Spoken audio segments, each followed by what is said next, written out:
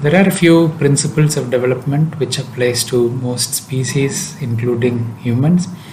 So the development always progresses from something which is simple to achieve to a more complex stage. And there is also a craniocaudal progression.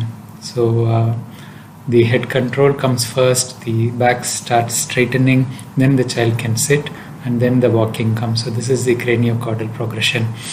We also have maturation from the center to the periphery.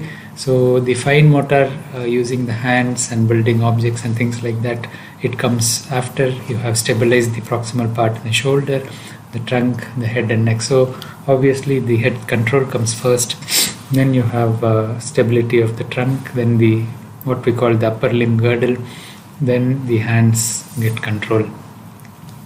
And the development also progresses from something general, which is like waving the hand in excitement, to specific where the child points to an object and gets happy.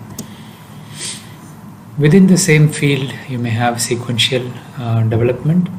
The sequence is reasonably fixed, but there may be variations, and the speed of development may vary.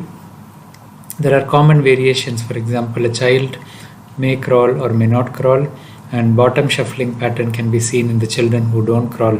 And typically the children who are shuffling on their bottom, it tends to be in the family, and they also have a delay in walking in most of the situations.